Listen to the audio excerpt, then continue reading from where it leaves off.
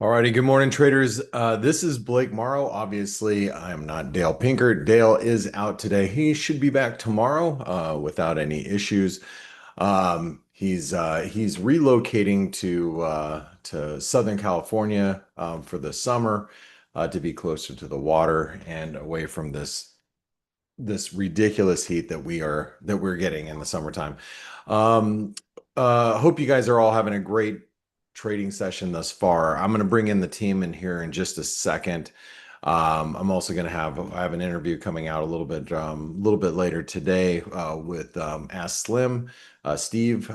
So we're gonna be going through that. But I'm going to do what Dale normally does, and I'm going to say good morning, Michael W, Mr. W. Arlo, good morning. Steve, good morning. Ingmar, good morning. Coach is not here, as you all can see. Good morning, K-Man. Arlo, hearing some stuff on the NASDAQ. VWAPs for the last 3 days have been tight and large movement coming. Yeah, I would assume that we have, after this coiling up, yeah, we're probably going to see a bit of a explosion one direction or the other. Hey, Bran. Will, good morning. Ninja, good morning. Um, let's see, Alexander. Well, I just said hello to Ninja, Ingmar, Ryan, Nuno, Astra. All right. Yeah, the whole northern hemisphere is hot. Anyway, hey, if you guys haven't signed up for the newsletter to get more information about trading analytics, even in this weekend's newsletter, we gave a few updates. I'm not going to give them away here because if you're signed into if you get the newsletter, you understand all the little features that we'll be adding to trading analytics this fall. So make sure that you are registered. Plus, you'll be registered to win one of two trader funding programs. Oh, shoot, I didn't mean to do that. Trader funding programs. Let me go ahead and grab the dashboard here. Um, One of two trader funding program assessments that will be given away this month. We already gave one away for last month. The young lady, I believe, has responded. I don't know. I'll have to ask Stelios, but he is going to be joining us today. But today, we have for right now, we have Ryan, K-Man, and Steve here. So good morning, gentlemen. How are you? Morning, Blake. Good morning, guys. I want to start off. Well, first of all, I'm gonna get K-Man's take on this, and then I'm gonna go to I'm gonna come to you, Ryan, talk a little bit about that European spending package that came out. But K-Man, we had the RBNZ last night, and the Yep. RBNZ had kept rates unchanged. And did you see anything in the announcement Mm. that caught your attention? We didn't get, obviously we didn't get the kind of response that we got with the RBA keeping rates unchanged as the Mm. market was expecting a cut. And so we got a bullish surprise with the Aussie, but the Kiwi not so much. Well, I didn't No, see much price action. So what did you see last night? no, Blake, we're trading dollars, as I was saying as well this morning on the European update and in the flow show. We had a little bit of an algo move around, but then we came back to really the middle of the latest range. We can see that actually from end of June, the rally up to very early July, the 50% is at 60 the figure, and that's where we opened our day. No, I mean they keep their path unchanged for lower rates, but they are going like everybody else in a wait and see mode. So there was not a lot to learn from the RBNZ meeting. Okay, and one of the things about the Kiwi, and you could say the same thing about the Aussie, is they have not been performing well, despite the rally and risk, despite the you guys saw the big move in copper to all-time highs yesterday. Despite all the reasons that you would think, with dollar weakness, euro buying. Um, the Kiwi just hasn't acted well. Neither is the Aussie. Do you have any good explanation why that's Well, happening? I lost you, K-Man. yeah, hello, Okay, test. there you go. I think I'm back. Yeah, you Um, are. Yeah, so the copper thing, it's Australia, and I've been looking that up, is actually only the ninth or 10th producer of copper. But the thing about copper is we could say that it's going to support the commodity currencies. But the problem is, if you want to export your stuff to the US, you're going to there's a 50% tariff, so that may be weighing on exports. And I think that's one of the reasons why Aussie wasn't following the move when the copper came out, barring a little spike. For the Kiwi, it's less of a they're less involved in all of that. Uh, yeah, we've been talking about those currencies being a bit lagging the rest, but it's yeah, I think some of it may still have to do with the uncertainty surrounding trade deals and stuff like that. They are, after all, paying those 10% blanket tariffs as well. But yeah, I don't see too many reasons for, apart from a dollar move, for them to start to make new ground on their own. So yeah, it's basically we I would dare to say we trade dollars right now, and then we will see what happens. What happens though in commodity currencies, or specifically in Aussie and Kiwi, as they can lag and then all of a sudden catch up on the rest. Especially, I would say Kiwi, because the liquidity is not overly great in that currency. So it just needs one or two investors saying like, oh, maybe Kiwi is not a bad one, or Kiwi, I don't like it anymore, and then you're going to see 1 or 2% moves all of a sudden. Yeah, I mean that it feels like that's what is almost coming. Now we have this this head and shoulder pattern that's been, we've been looking at in the Forex Analytics chat rooms.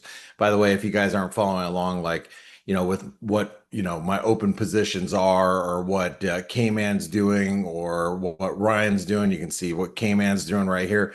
Make sure you're in the Forex Analytics chat room. You can see all those trades going through, and obviously we're in the general chat room talking about all sorts of charts and what other traders are seeing around the globe. So thank you, K-Man, for your update about the Kiwi, because it is really not been looking great, and we still have a little bit of distance to go to finish off this head and shoulder pattern. Should take us down to about 59.40. But that brings us to what we're seeing in the euro. The euro's been drifting lower in this flag, and it's been pretty quiet. But Ryan, I was listening to the Flow show this morning, and you were talking about a European spending package. Can you tell us a little bit about the details of that and what you're reading? Yeah, just some of the big German companies, banks like Deutsche Bank, Siemens, and the like are all getting together. They've got some 300 billion confirmed magic money tree notes to put into an investment. They want to build new plants, bigger facilities, improve facilities, and create new products. It was all the details are all a bit wishy-washy, so I was a bit skeptical about that. But apparently, they've got around 300 billion, which they're going to put to work over the next 3 years, which is quite a short period of time. Usually when you've got big infrastructure spending, it's sort of 5, 10, 15-year projects. So if it happens, and if it's not just Siemens going to be building big factories for themselves, then it might be a little bit of a boon for Germany in particular, which, if they become the growth engine of Europe again, will be good for Europe and encourage more spending, and might keep the euro afloat a bit longer. Well, you would think, and listening to what you're saying, I mean, that's a lot of money in a pretty short period of time, but it doesn't look like the market's really buying on it either. I mean, the euro's been drifting lower, most of the European session, and we're getting close to this 38% retracement. This is the flag pattern that we've been looking at. If you're, following along on Forex Analytics, you can see that, we've clearly been talking about this for days and days and days. You have this flag pattern that we're developing. But is this reason that we should be buying the euro? I mean, we there's a big debate, obviously, amongst not just us and our community, what to do with the euro at these levels, but everybody, is looking at the dollar. They're either really, really still very bearish at the dollar, or some of us in our community specifically, we are talking about, the euro might be close to a near-term top. But how do you feel about the euro at these levels? I mean, do you buy it down here at the 117 level for a run at 120, or do you start selling here for a move down to 115? What are your gut instincts at this point, Ryan? Trading the euro, well, trading at all at the moment, is it, to put it in an analogy you would know, it's like baseball. You have lots of different innings. We're in the trade and tariff innings at the moment. So that's what we're trading. Does it mean that we've stopped going up? Does it mean that everyone's going to keep piling out of the dollar? Who knows? But right now we're trading this trade stuff. If we get through today and Trump sends off a few letters and then everyone goes, okay, we've got nothing to do now until August the 1st, then Right. we go back to trading it. So that news from Germany, it might be getting ignored because we knew they were going to be spending 500 billion anyway. But after we get out of this innings and into the next one, we might go back to trading that again. I certainly wouldn't be piling into shorts unless we get another confirmed top at those highs. But we've just got to see. So, the trend has been going up for the last, all year. That's not for breaking at the moment. So any decent dips, pick your places, whether it's the big figures, down to 115 would be juicy, depending on why we're going there. But I see no reason for the trend to change. But me, I'm always guided by what the price does. All right. Well, thank you for your input here. Now I'm going to bring in Stelios because we're glad to have you today. One of the things that if you guys read the blog and the chart of the day, you see gold is sitting at really, really strong trendline support. It's been bouncing off there today, but it does look vulnerable. Gold, not only gold looks vulnerable, but you got copper, or excuse me, not copper, platinum that's sitting on a trend line. You've got silver that's kind of stalled its rally, and so you're seeing these moves, and you would think that gold would be more receptive, and getting a bounce here. But what are you seeing in the markets? And by the way, if you have some charts and you want to show them, I'd be more than happy to surrender Sure thing. the charts Sure. to you. So good morning. Sure thing. Good morning. Let me take the screen for a bit and I will go through a few things. All right. So you're right. The metals are kind of consolidating sideways and are in danger. And frankly, with the uptrend we've seen since since early 2024. 2003. Yeah, exactly. But no, in all seriousness, it's been going, quite consistently higher, gold, silver, and platinum. And with these moves, you have to have some kind of correction. Now, gold, you correctly said, we're sitting on a trend line, and I don't see why we can't go and try and hit that the next fib, which is in 30.55 or so. I see no issue with that because any correction like that would be healthy. If you look at platinum, I mean, it's even worse. I mean, this has been an incredible move within 3 months. And Yeah. I have friends in the chat room who keep asking me about platinum because they know I've been long and I've been going in and out. I only have half my position now. I've taken half for a profit a couple of weeks ago. They asked me, what do you think about platinum? And I think the level that I'm really going to get interested again is 1215.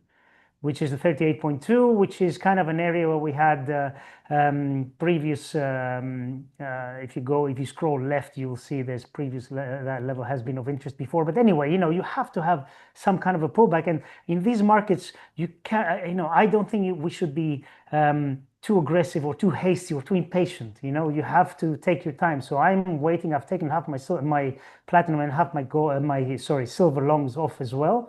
They've been going very well, but look, silver is also kind of consolidated sideways. You could say this is some kind of a sideways, bullish sideways consolidation flag, or however you want to draw it. But I don't see any reason why we can't get back to 35, or this 34.85, which was the previous high. That's where I'm going to get interested again, and I'm going to be patient. And if it means that everything just takes off and doesn't look back, well, I still have half my position on, which I'll be glad to take some more profits on. But I think we should be nimble, and I think that gold is, like you said, on a very important level. And since gold was leading all the way, I think gold is going to be the first to lead on the way down. So this is going to be very interesting, and we will know very shortly if this is going to bounce or not. Now, the thing that's going to drive, I think, gold is yields and the dollar, as it always does. And if you look at the Dixie, this is what I had drawn for a while, weeks and weeks before. It's kind of getting there. We could bounce back, towards 98, 98 and a half. Of course we could, but I think this is ultimately where we end up. So, so yes, it's been, the dollar's been performing well recently, but I think it's a correction on the way down.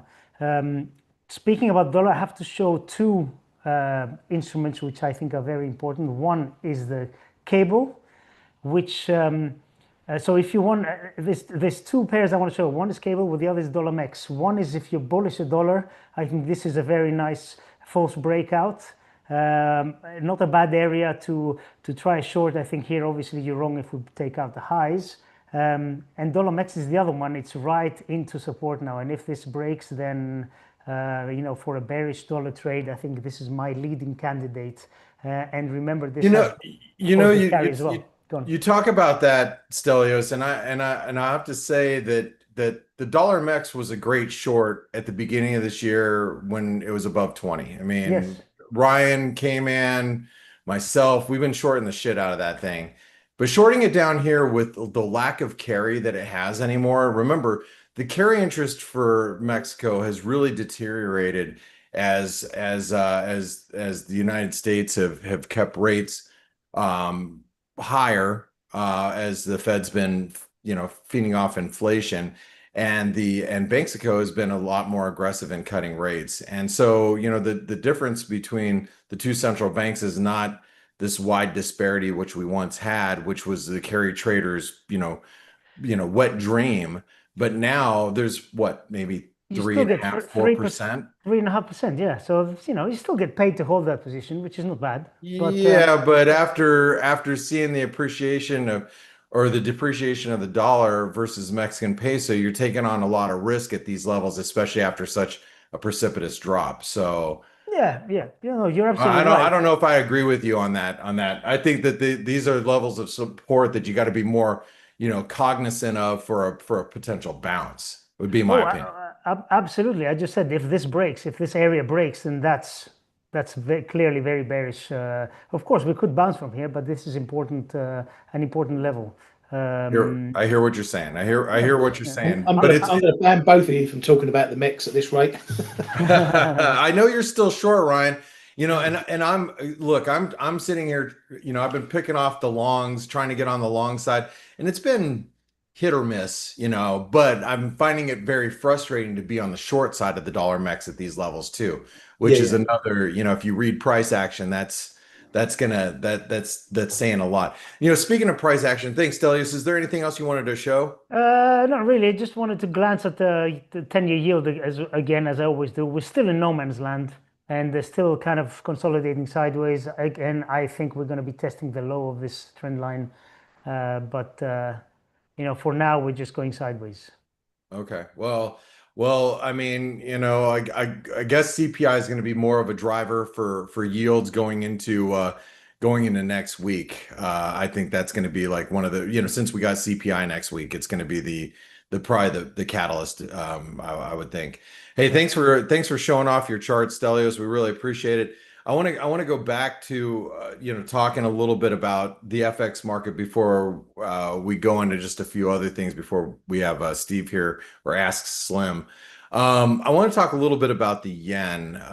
We've seen this like manic move in the yen. Dollar yen's ripped up towards 147. I think a lot of this, in my opinion, has been positioning. People were very poorly positioned long yen. for the last, several months. It was, record speculative long yen. And, when we were down in the lower 140s, we've rallied pretty aggressively, and we're getting towards what I would think is pretty big resistance. You see some of these other yen pairs, they look, a little toppy, especially when you're talking about the euro yen. You can see a lot of very overbought relative strength levels on so many of these pairs. And it looks like the yen, or excuse me, Japan and the US might cobble together something.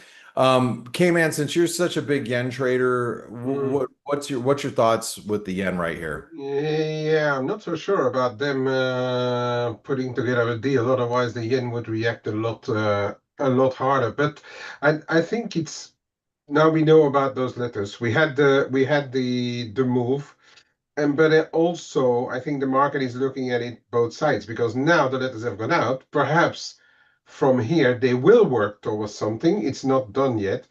And for as long as it's not done, I think the overall sentiment for the yen is going still to remain a bit negative. But it's also, as I said this morning on the Flow Show, one of the currencies that could react the hardest if they get a deal, which is not too bad for Japan. And I guess, or I trust that most traders who have been short yen have at least, or are at least taking a part of, because we have done the move, we have reached certain levels. Whether it is on the dollar yen 147 closer to 148, whether it is on a lot of those yen crosses, they could be just taking profits and then see what happens. Because I guess people who have been playing the yen short don't want to find themselves, because they have been in the past, find themselves in the situation where all of a sudden Japan and the US find a deal and dollar yen trades 4 big figures lower. Oh yeah, exactly. And so I mean, we have to stay pretty flexible right now. Obviously, we're still in a very much a headline driven market, and this week has been chock full of headlines that are driving the market, especially regarding tariffs. So thanks for your update on the yen, and I want to talk really quick just about since Stelios brought it up. And Stelios is looking at sterling as being a little bit of an underperformer here. Ryan, what are your thoughts about sterling just in general, and how bullish are you on the UK economy at this moment? Oh, how bullish am I? About as bullish as a wet rag. No, I'm not. I'm not bullish at the moment. I'm eyeing up where to maybe start dipping my toe into euro sterling. If we get a dip, I'm going to let this trade stuff ride out in case it's bad news for Europe and we get a decent dip in the euro. But yeah, otherwise I might start building a little position up to take into that part of this year. Okay, all right. Well, so you agree then with sterling's looking a little weaker here. I see it as an ascending wedge. I know Stelios was looking at, Stella, I think your chart looked just like this, if I'm not mistaken. You look something like that, like a false breakout above resistance. It looks vulnerable. I'll give it that. I think sterling does look vulnerable, and I think this is the chart that we all should be watching, because really a break back below like 134.40, that big breakout point, it's going to be dangerous for sterling if that ever happens. Hey, real quick, Stelios, I'm going to come back to you really fast. You've been warning traders over the last, when you come on the F.A.C.E show over the last couple months, you've been talking about the pain trade is for equities to continue higher, and they have. We've seen this really nice strong move in equities to all-time highs. You can even look right now and say this is a if you guys want to be technical with us, this is a pennant, and pennant is a bullish continuation pattern. So right now the stock market still looks pretty damn strong. Do you still think the pain trade is higher for equities, Stelios? Well, at the moment the answer is yes, and you can see it with the way that the dips are getting bought straight away. So the answer is yes for now.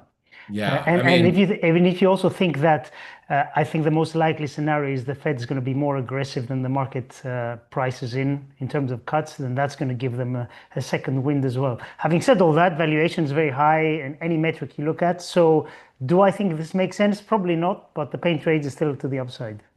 yeah, I agree, and I'm still looking at this big wave count. Not only does Jim Welsh look at this, and I meet with him once a week from Macro Tides. This is a big, 5 wave up, and I talk about it on the week ahead video too. But if you're looking at ForexAnalytix and you go to Grega's work, so you just go over here to the S&P, and you look at his long term work here. He's looking at here, I'll just go into, wave 5 as well on the S&P. He's looking at the exact same thing.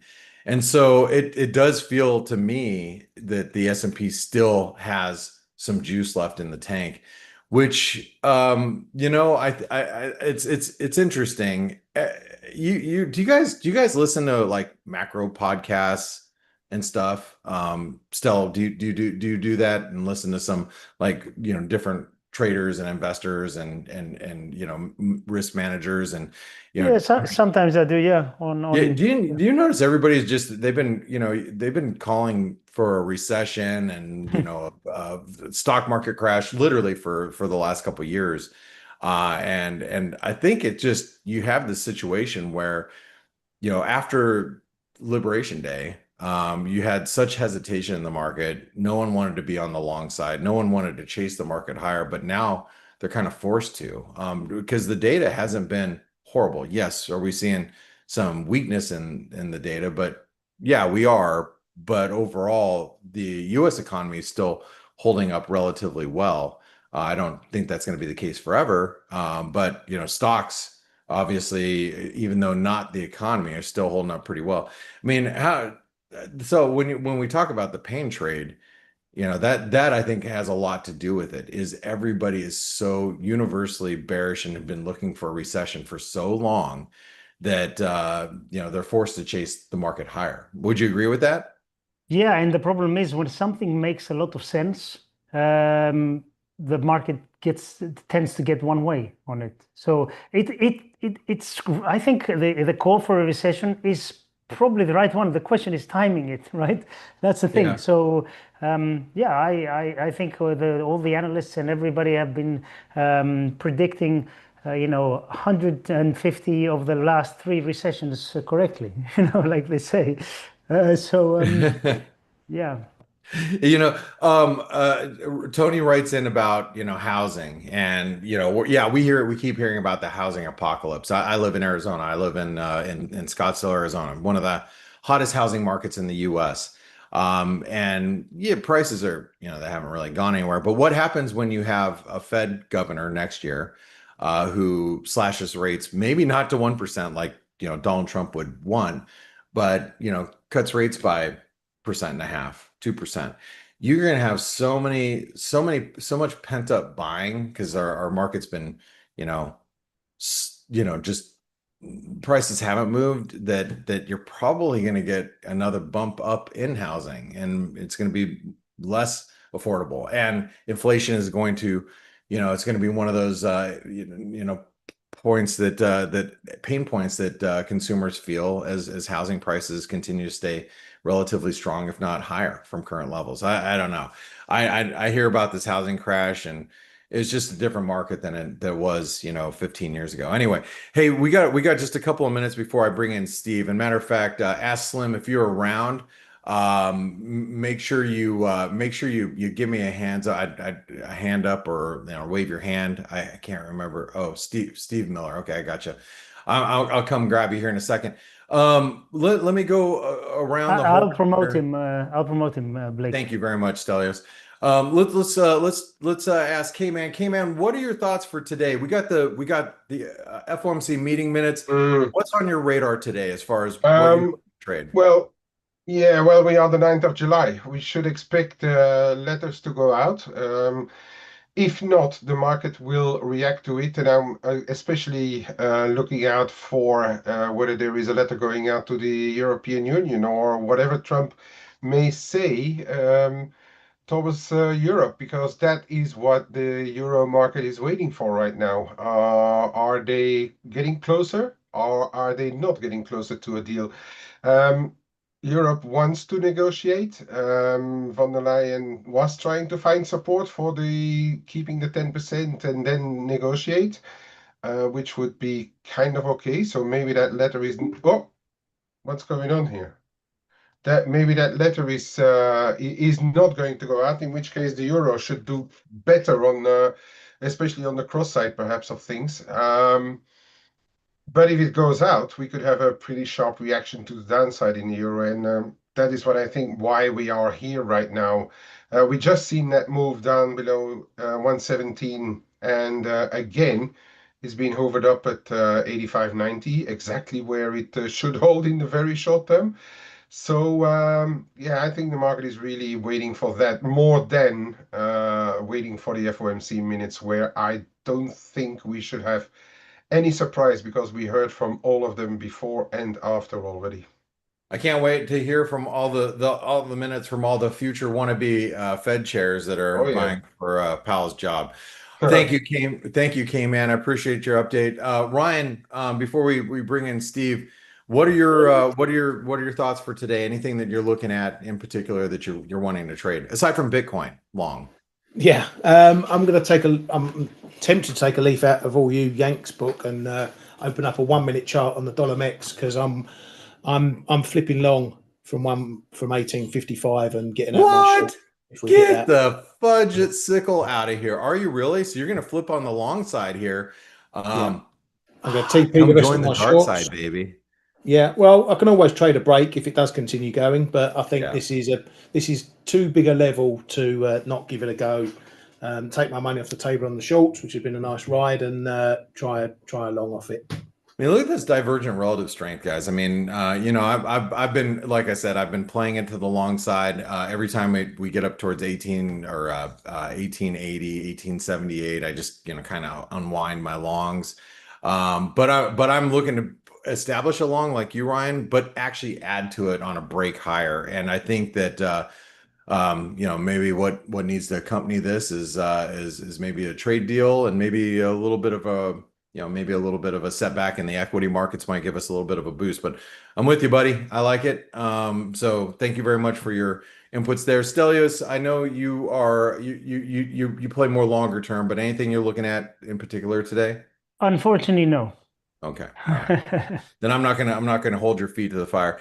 Guys, I wanna say really quick, if you're not in the Forex Analytics community, you're not sitting here chatting with myself 14, 15 hours a day. There's Michael Brown from Pepperstone, seeing all of the different charts that we're posting, new traders like Rob that just jumped in here from Australia, posting their charts. Then you go into the European hours and start talking about what K-Man and Ryan are talking about, and all the charts that they're posting, analysis that they put up. Be in a community where you can talk to people like us all day long, every day, 24 hours a day, even in the Asian markets, and know exactly what we're trading. Go into trades room and say, so K-Man is he's playing the dollar MEX here as well, and have a conversation about him with him. How he's playing the dollar MEX. Why is he putting his stops there? That's what we do all day long, every day, and our entire team. So if you're not part of the Forex Analytics community, the best way to get involved, it's $1 for 10 days to try it out. Also, you could, join the trader funding program and be involved that way, whether it's instant funding or if you want to go the more economical route and do a one-step assessment. So, check out what we do at Forex Analytics. With that being said, thank you, gentlemen, for your time. I want to bring in Steve. Coach would have been here today, Steve, but he's driving to Southern California to park his ass by the beach for the next couple of months and escape some of this heat. So I told him I'd fill in today. How are you? And I should have known your last name. You've been a guest here many times over the last several years. Steve Miller, everybody. Steve, how are you? Great. Thanks for having me. Good to be back here. And sorry to hear that Dale is not going to be on, but at the same time, great to work with you. And I hope that he's going to have a good, relaxing time. Yeah, he's like I said, he's gonna park himself kind of close to the beach and enjoy some of the ocean weather and get out of Central California, which is, it's boiling hot over there. So Steve, nice to have you back here. Thank you for joining us here on the Face Show. Since this is my first time speaking with you, even though I've heard you a few times over the years. Why don't you tell everybody about what you do? And let me pull you up on Twitter here. So you are Ask Slim, right? Correct. Okay, let me bring you up. That's me. So tell us a little bit about what you. Hello, where that. I'll pull you up here, but tell us a little bit about you. Okay, great. Yeah, well, I've been around for 50 years, and actually it's 51 years. It was 1974 in May that I became a trader on the Chicago Board Options Exchange. So I did that for decades and then became a fund manager, off the floor trader, did a lot of things, including 11 years ago, became 12 years ago, became a show host on the Tasty Trade Network. And that kind of led me into doing my own site, which is AskSlim.com. And the approach to the markets that I take, I really learned back 50 years ago, which is cyclical analysis. Essentially, I look for the rhythms in the market, and then we apply our own proprietary studies to those and really get a sense for momentum conditions. So, between using our studies and analyzing the money flows, in a visual way, we get a very, very good sense for market conditions, market directions. And it's an approach that I've used for 50 years. And now I have a team of 4 analysts and a very, very big following. And the site that we have is a membership site with many different levels, just depending on the type of trader that somebody is. And if you give me Awesome. the screen, I will then show the front page to our site. There you go. And okay, let me just share right now.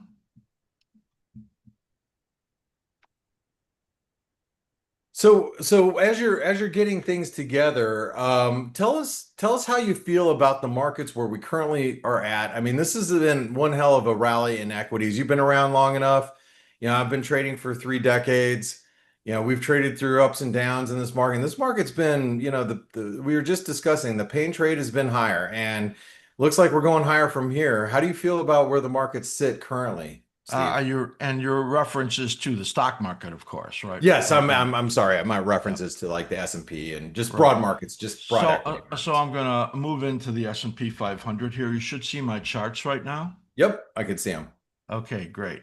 So I'm bringing up a weekly chart right now, and this is a typical way that our charts look, where we have the cycle brackets on the bottom, which is essentially just a drawing tool and gives us a sense for market rhythms. And if you look at the movement in the market, you can see in here that there's an important low right over here and a low right over here, and then a low right over here.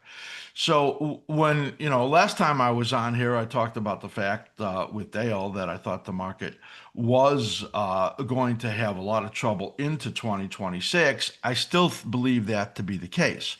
But you can see in here where this upward turn came in these cycles after this low. And I had talked about, 5,100 at that time is where I thought the low would be. Of course, we got into the tariff panic at that point, and we were in negative momentum. This is our reversal scout right here. And the scout just turns up right here and tells us we're moving into this next upward phase. Where are we right now?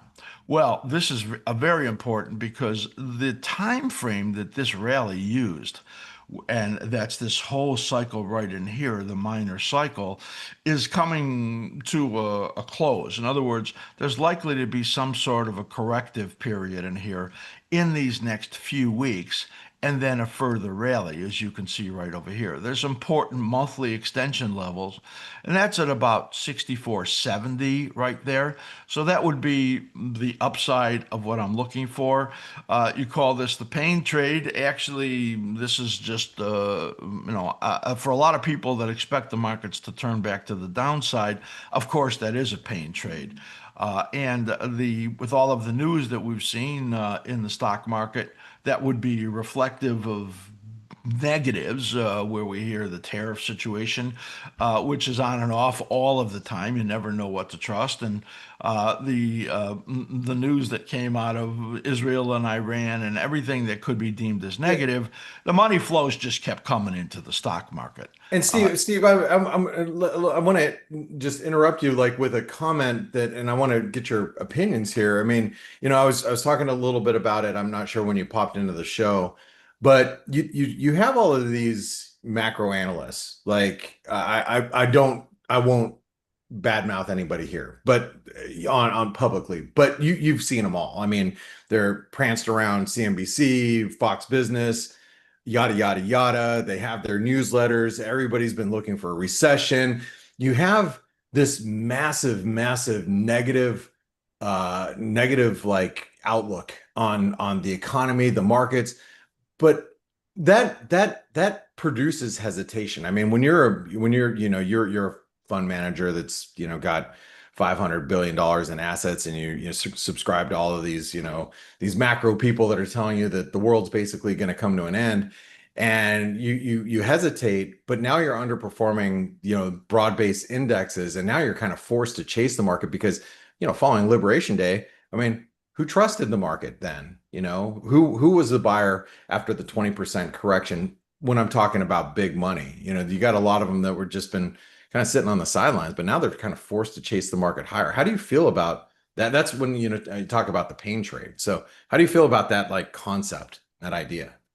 Well, I mean, the idea is that many fund managers are underperforming, and they have to find a way to perform. And Right. that's actually what often brings the rotations in the markets that keeps bull markets alive. And that the conditions that we're seeing, I believe, are that right now, where we have I think a switch to where the breadth figures are starting to show that money is moving into some of the lower tiers, second tier, third tier, and the mid caps or the low caps. And I show you that in a second, how that's starting to happen. So what we're looking here on the weekly chart on the S&P 500 is that it's likely to have some sort of a pullback and then move up again. And this is what it looks like on the daily chart. I heard you talking about the Elliott wave counts. We don't look at Elliott wave, we look at cycle rhythms, and you can see in here the nearly perfect 18-day cycle rhythms that are occurring right now. And this is also upward momentum that we see here on the bottom here, showing the upward momentum, and that all is a lot of strength. Now, what I want to look at in here is the MDY.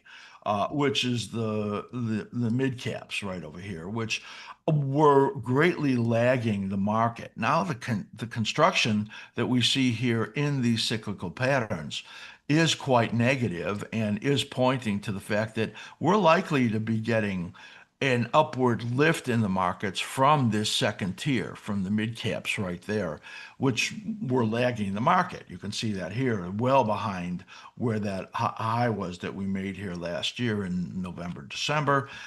And I think that that's what's really going to fuel the market and the S&P 500 to get to higher prices before we get into what I think is going to be a pretty strong downside corrective or bear market period into next year. No, So, I know you talk about cycles, and it's funny. You're like, oh, I don't look at Elliott waves, but I look at cycles. It's like, but we're still both targeting around the same area. So if I see a nail and you see a nail, and I hit the nail in with a hammer, but you hit it in with a shovel head, but we still get the nail in, it's all yeah, good, right? Right. yeah, All that's right. right. So when what could derail your thesis here? What do you think? Like what's the risk? As a trader, I'm always asking what's my risk before I even get into a trade. So what's Well, your risk and your thesis here? I think the most important thing to be considering is that interest rates look like they're, and the dollar, both of them, and they do often move together, do look to me like they're going to be moving lower. And historically, the biggest declines come in interest rates when the stock market is falling. So if I'm looking for, and I'm going to switch over to the 10-year yields here so you can get an idea of what I'm looking at. Um, the 10-year yields on this weekly chart, which have really been very range bound, that you can see in here on the cyclical patterns. The cycles are very good here.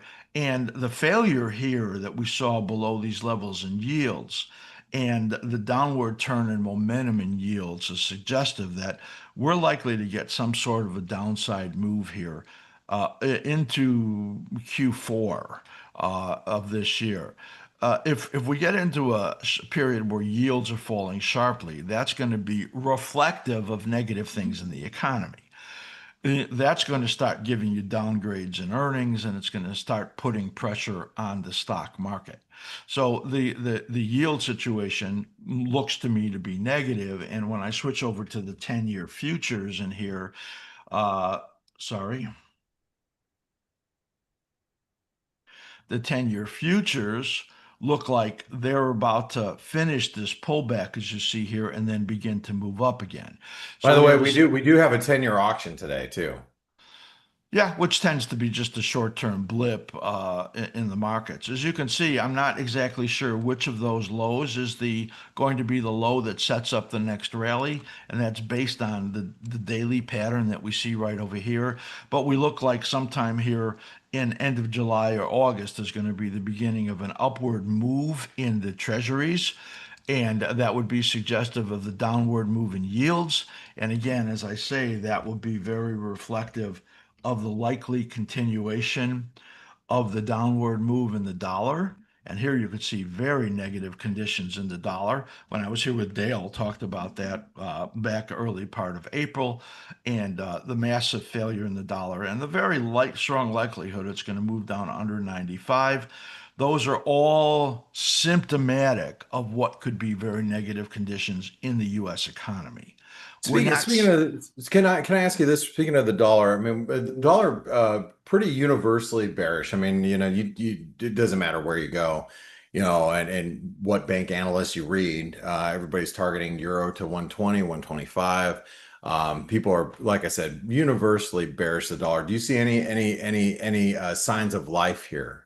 No, not at all. As a matter of fact, when I look at this is an intermediate term, and this is our momentum conditions are certainly negative in here.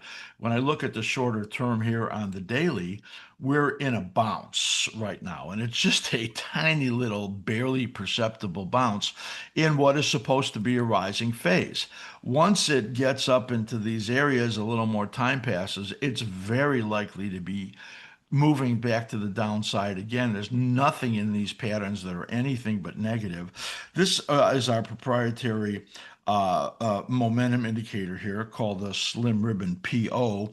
And you can see once you get these downside arrows right in here, you get these accelerations to the downside.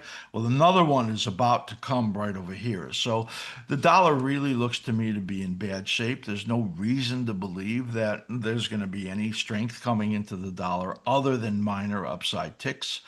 And if you look at the, historically, you need to get money flowing to where it can get a better return. It certainly cannot get a better return here in the prospects of the of U.S. interest rates where they're likely moving. They're likely moving to the downside. Compare that to, even though Bank of Japan is probably not ready to raise rates again, they're likely to do that. Before you know it, what is I consider to be a very bearish condition in the U.S. dollar versus the Japanese yen. Put that up right over here. This is look at the size of that massive head and shoulders top that you see right over there. I think we're going to get that break below that 140. And if we do, it measures down to 117. So the combination of potential higher rates in Japan, potential lower rates, and the slowdown in the economy in the U.S. is likely to bring a collapse in this particular pair. And certainly the U.S. dollar, the Dixie, is not going to survive that. And we're likely to see much lower prices in the U.S. dollar moving into next year. So all that scenario and all the scenario for lower interest rates is not positive for the U.S. stock market. There's just a lot of correlations in here that line up for me that there's going to be a negative period and likely a bear market into 2026 in U.S. stocks. Yeah, I can't really disagree with that. But what happens between now and 2026, it's going to be interesting to see if we can see that. I know you're looking at 6,400 and the S&P. I'm looking for about 6,550 or so. It's going to be interesting to see if we can stretch our legs all the way up there.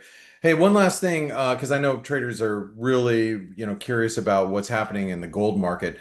Do you do analysis on gold? Sure, I do Okay. analysis on 24 different futures contracts. So Gotcha. Okay. Well, here, gold's been a little laggy recently, and everybody's looking at this really critical level of support around the 32.95 to 32.50 level.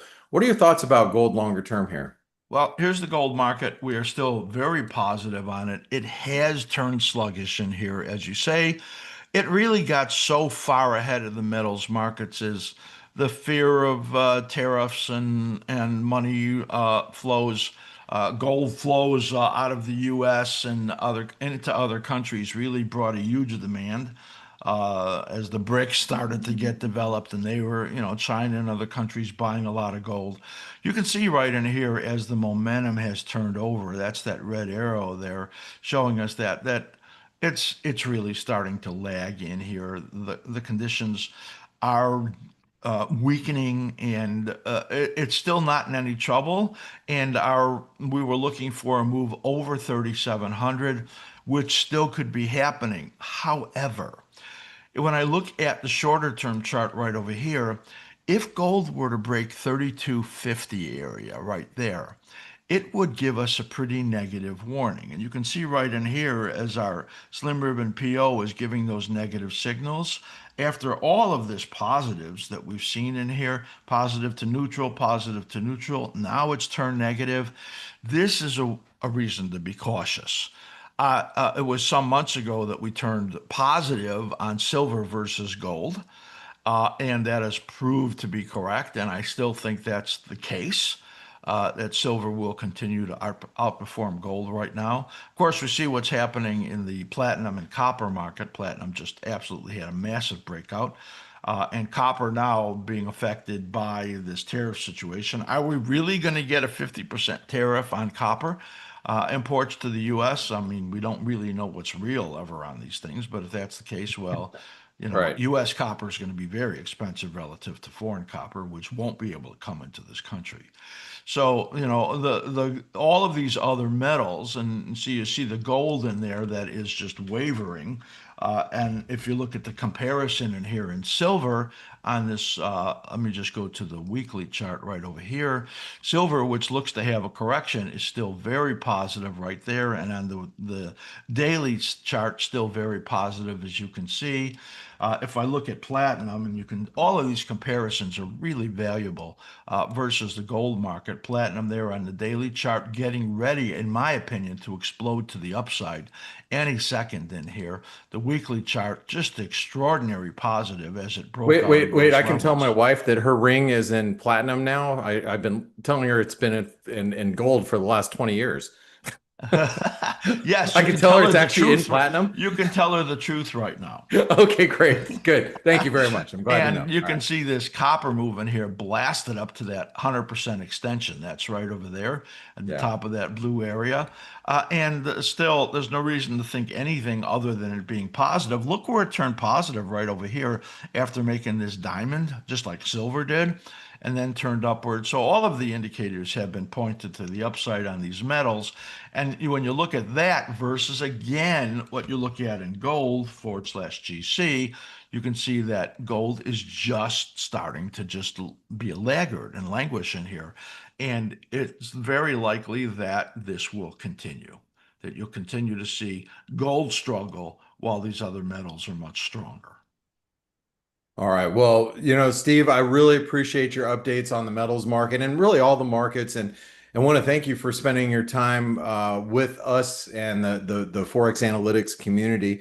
Once again, before we wrap things up here, can you show people how to follow your work? Sure. All you have to do is go to AskSlim.com. And we have membership sites in here for all different levels of traders. Essentially, the charts that I just showed you You can have static versions or live versions depending on the platform that you're on. And the level 3 just about gives you everything that we offer in here as far as analysis goes. I have over 1,000 videos in here that I and my team have created, and we are about to launch Slim AI, which is essentially been built in a way that it knows everything that I've ever known. It's just absolutely phenomenal. So it's essentially my legacy, as it can teach just as I have. Great mindsets, processes in there, and if you're want to work on your trader psychology, I have like 30 or 40 videos that relate to that in our video library, over 80 tools for text videos. So just a great place to come and learn. And we have a support team and a Discord channel that is fantastic. 4 different analysts in here that are bringing work to you all of the time. So it's a great place to come. Go to AskSlim.com. It's almost like Ask Jeeves. You remember that one? Yeah, I do, as a matter of fact. All right. Well, Steve, thanks for joining us today. Best of luck through navigating through all these tariff headlines this week. And traders, I want to thank you all for being with us today. If you're in the Forex Analytics community, I'll see you on the morning edge in about 15 minutes. Have a great day. And thank you, Steve, once again for joining us. Sure thing. Bye-bye. All right. Have a great day. Thanks, everyone. Bye-bye.